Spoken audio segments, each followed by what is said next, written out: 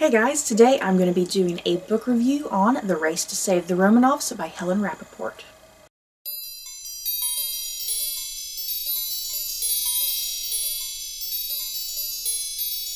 The Race to Save the Romanovs by Helen Rappaport is a work of nonfiction that goes into depth about the attempted rescue attempts to save Russia's imperial family, none of which succeeded. I've said it before and I'll say it again. I really love Helen Rappaport's nonfiction. She just has such a way with making history exciting and engaging and not making it feel like a boring, dry textbook. So yeah, that's what I love so much about her books. That's what gets me so excited. I've not ever, I don't think I've ever been disappointed with one of her books. Now, I will admit, some other books that I've read by her, the Romanov sisters, and what is the other one? The Last Days of the Romanovs.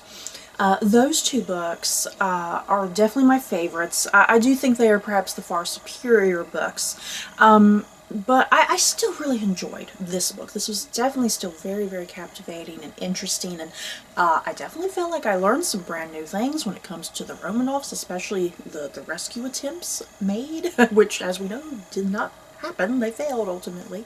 This book did have a few little hiccups here and there, but nothing too terribly distracting or terrible, that turned me off from this book. I guess just for me personally, just the sheer amount of historical figures involved. I mean, I was learning about a lot of new people that I've kind of never really heard in relation to the Romanovs.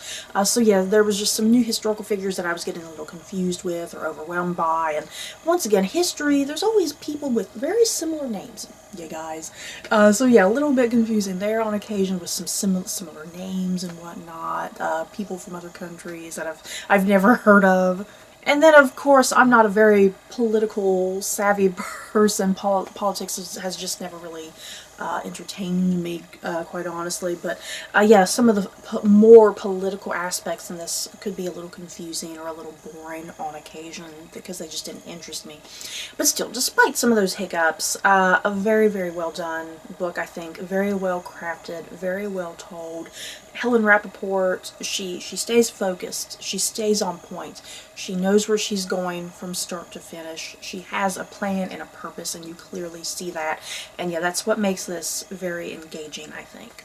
So, obviously, this is a book about the rescue attempts made to save Russia's imperial family, the Romanovs. As I keep saying, we know that they did not succeed. Ultimately, we know how this story ends. We know that this is a tragedy, but yeah, you kind of spin this whole book kind of like, oh please, please let something work. Because yeah, there's many attempts in here. Some of the attempts that Helen Rappaport uncovers through her research, there were some attempts that came very close, but ultimately kind of just faded to the background or just didn't get enough footing to fully get going. Yeah, just so many close moments. And yeah, to be quite honest, I've never given much thought to the attempted rescues, I know they existed, I know they were in development, but I've never really given them much thought. And yeah, that's what I found so fascinating about this book, just the depth that Helen Rappaport gets into all these various different rescue attempts, because I didn't know there were that many going on behind the scenes. So yeah, it's pretty much been 100 years since the death of Russia's imperial family. There has been so many theories and rumors out there, and I think Helen Rappaport does a great job of, or she did a great job of, unearthing brand new information that a lot of people have never seen before.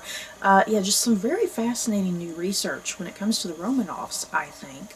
And she puts to rest a lot of kind of the fantasy out there, the rumors and these fantasy things about, oh, so-and-so might have survived. She really puts to rest a lot of that stuff and gives you the cold hard facts and truth about what was going on at this time. I think Helen Rappaport's major agenda with this particular work of nonfiction is to focus the blame, if you will. Throughout history, a lot of the blame about, why weren't the Romanovs rescued? Tsar Nicholas II, his cousin was King George V of England. Why the hell did King George V never, ever, grab his relatives from the clutches of those in power in Russia at the time, Why did King George V just kind of stand still and do nothing? So yeah, throughout history, a lot of the blame has kind of fallen upon King George V. I think he's kind of turned into the scapegoat in some ways, the reason why they died.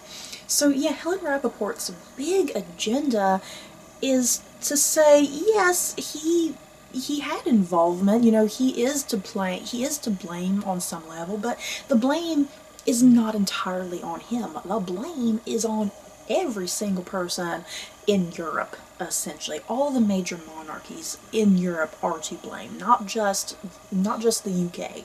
Because also there was obviously Kaiser Wilhelm, who was related to Tsarina Alexandra. He didn't do nothing. Another interesting tidbit that I learned about this novel, King Alfonso, does he have a name, or a number? King Alfonso the 13th? I have to look at my notes, you guys. There's so many, like, King so-and-so with a number after their name. I gotta keep looking at my notes to make sure I'm getting it right. But yeah, something I learned was that King Alfonso the 13th of Spain, he was actually the one monarch who made the most attempts to try and rescue the family. He's very, very distantly related to them, and yeah, I think this book was even saying that he'd actually never really met any of them.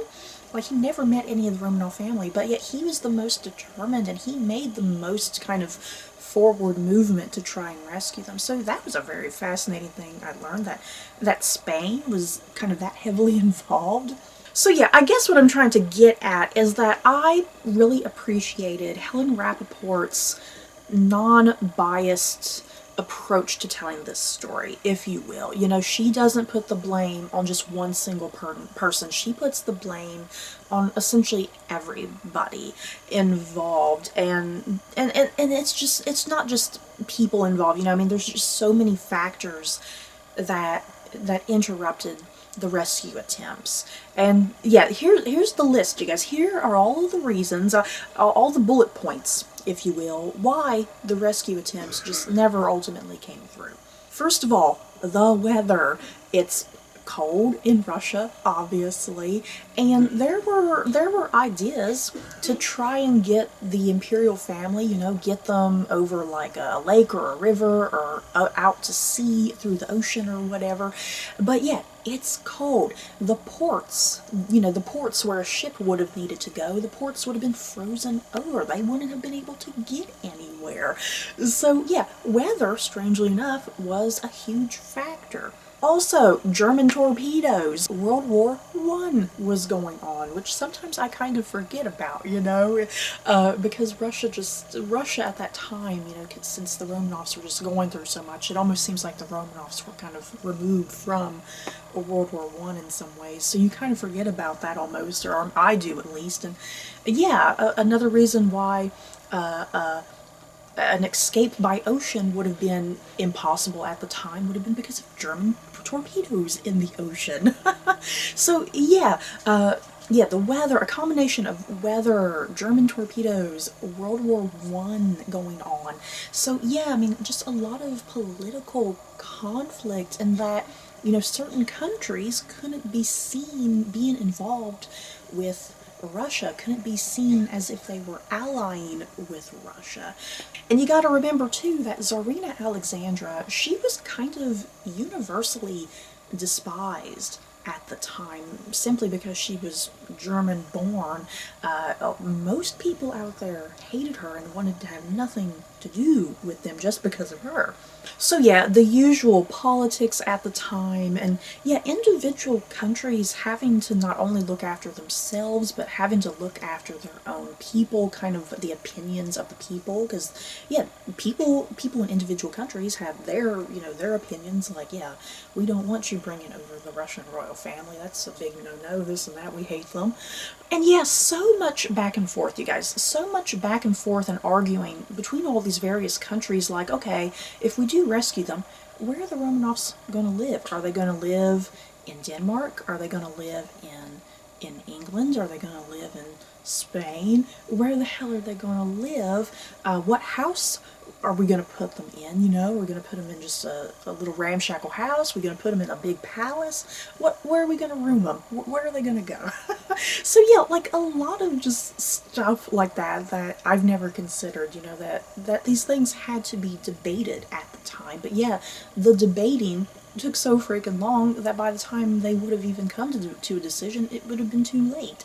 And one final thing that Helen Rappaport brings up with this piece of nonfiction, another factor about why the Romanovs, ultimately weren't rescued, is kind of the Romanovs themselves.